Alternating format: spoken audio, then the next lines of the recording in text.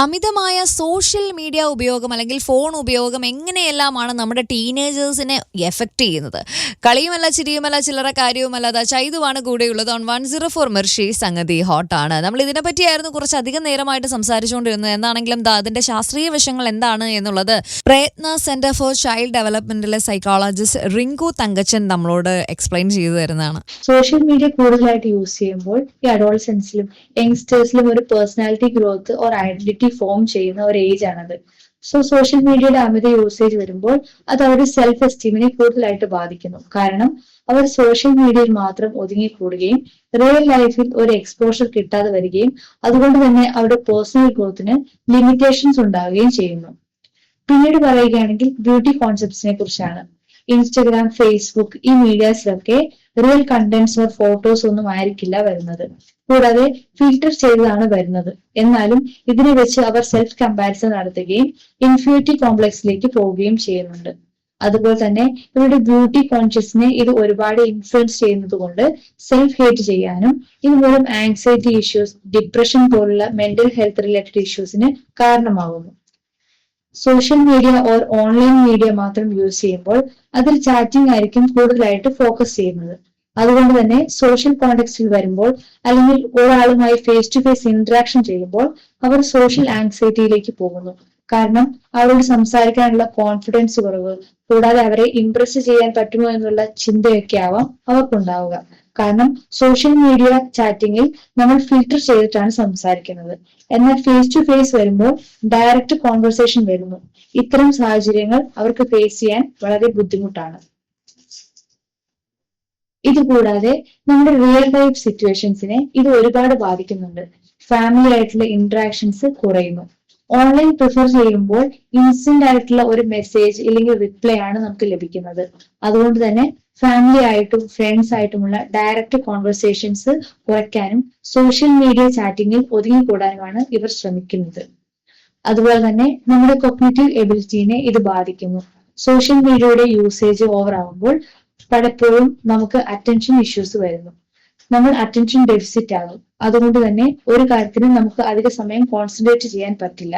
നമ്മൾ mentally effort എടുക്കുന്ന ആക്ടിവിറ്റിക്ക് പോലും കോൺസെൻട്രേറ്റ് ചെയ്യാൻ നമുക്ക് സാധിക്കുന്നില്ല. സോഷ്യൽ മീഡിയയുടെ ഓവർ യൂസേജ് വരുമ്പോൾ നമുക്ക് ഈറ്റിംഗ് ഡിസോർഡേഴ്സ് ഉണ്ടാകും. കാരണം ഈറ്റിംഗ് പാറ്റേൺ ഫോളോ ചെയ്യാൻ പറ്റാത്തതുകൊണ്ട് നമ്മൾ ബിഞ്ച് ഈറ്റിംഗ് ആയിരിക്കും ചെയ്യുക. ഇതുകൊണ്ട് തന്നെ ഈറ്റിംഗ് ഡിസോർഡേഴ്സിന് സാധ്യത കൂടുതലാണ്. അതുപോലെ തന്നെ പേഴ്സണൽ ഹൈജീൻ പോലും മെയിൻറ്റെയിൻ ചെയ്യാതെ പോകുന്നു. ഇതുപോലെ തന്നെ ഇവരുടെ സ്ലീപ്പ് പാറ്റേണിനെ ബാധിക്കുന്നു. രാത്രി ഉറങ്ങാതെ ഫോൺ യൂസ് ചെയ്യുമ്പോൾ ഇൻസോമിയ പോലുള്ള സ്ലീപ്പ് ഇഷ്യൂസിലേക്ക് ഇത് വരാം.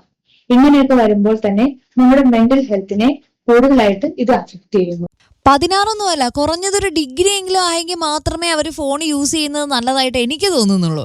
കളിയുമല്ല ചിരിയുമല്ല ചില്ലറ കാര്യവുമല്ല, അതാ ചൈതുവാണ് കൂടെയുള്ളത്. ഓൺ 104 മിർഷി സംഗതി ഹോട്ടാണ്. നമ്മൾ കുറച്ച് മുൻപ് വിളിച്ചിട്ടുണ്ടായിരുന്ന ജ്യോതി എന്ന പാരന്റ് പറഞ്ഞു വെക്കുകയുണ്ടായത് ഈ സോഷ്യൽ മീഡിയ യൂസേജ് അല്ലെങ്കിൽ ഫോൺ ഒരു കുട്ടിയുടെ കയ്യിലേക്ക് കിട്ടേണ്ടത് ഏകദേശം ഒരു ഡിഗ്രി ടൈം ആ ഒരു കാലഘട്ടത്തിലാവുമ്പോഴാണ് എന്നാണ്. ബിക്കോസ് അപ്പോഴാണ് നല്ലതും ചീത്തയൊക്കെ തിരിച്ചറിയാനായിട്ടുള്ള കഴിവ് അവർക്ക് ഉണ്ടാവുള്ളൂ എന്നാണ് ആ ഒരു പാരന്റ് പറയുകയുണ്ടായിട്ടുള്ളത്.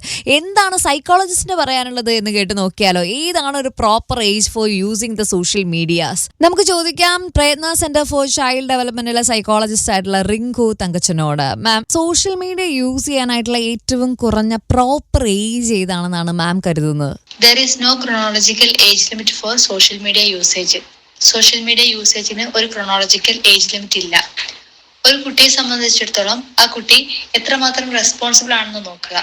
ഓരോ കാര്യങ്ങളും ഡീൽ ചെയ്യാനുള്ള കപ്പാസിറ്റിയും മനസ്സിലാക്കാനുള്ള കപ്പാസിറ്റിയും ഉണ്ടെന്ന് ഉറപ്പാണെങ്കിൽ സോഷ്യൽ മീഡിയ യൂസ് ചെയ്യാൻ കൊടുക്കുന്നതിൽ തെറ്റൊന്നുമില്ല.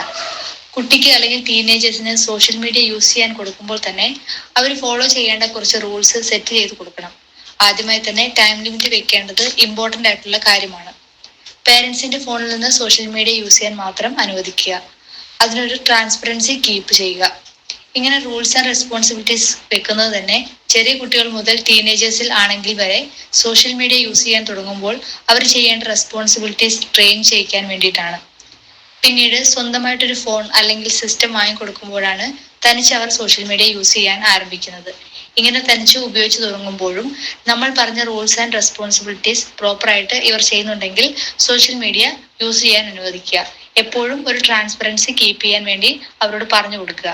പക്ഷെ ഇക്കാര്യങ്ങൾ അവർ ഫോളോ ചെയ്യുന്നുണ്ടോ എന്ന് എൻഷുർ ചെയ്യേണ്ടത് പേരൻസ് ആണ്. Thank you ma'am, thank you so much. അതിര് കിടക്കുന്ന സോഷ്യൽ മീഡിയ യൂസേജ് അല്ലെങ്കിൽ ഫോൺ യൂസേജ് ഓഫ് ടീനേജേഴ്സ് അതെങ്ങനെയാണ് നമുക്ക് തിരിച്ചറിയാം എന്നുള്ളത് കൂടി മനസ്സിലാക്കേണ്ടതുണ്ട്.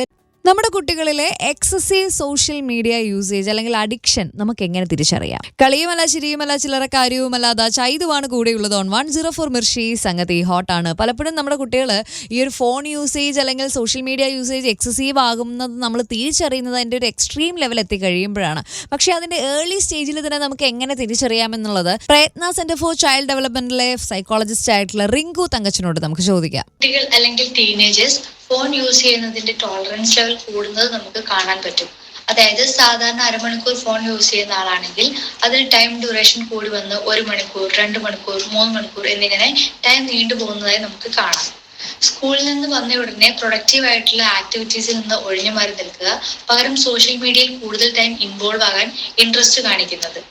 അവരുടെ സ്റ്റഡി ടൈം പോലെ ഇമ്പോർട്ടന്റ് ആയിട്ടുള്ള കാര്യങ്ങൾ ചെയ്യാൻ പറയുമ്പോൾ 5 മിനിറ്റ് കഴിയട്ടെ, അല്ലെങ്കിൽ 10 മിനിറ്റ് കഴിയട്ടെ, അല്ലെങ്കിൽ ഹാഫ് ആൻ അവർ കഴിയട്ടെ എന്ന് പറഞ്ഞ് ഈ കാര്യങ്ങൾ നീട്ടിക്കൊണ്ട് പോവുക. ഇങ്ങനെ നീട്ടിക്കൊണ്ട് പോകുന്നത് അവർക്ക് സ്റ്റോപ്പ് ചെയ്യാൻ പറ്റാതെ വരുന്നു. ഇതൊക്കെ സോഷ്യൽ മീഡിയ അഡിക്ഷനിലേക്ക് പോകാനുള്ള തുടക്കങ്ങളാണെന്ന് തിരിച്ചറിയുക.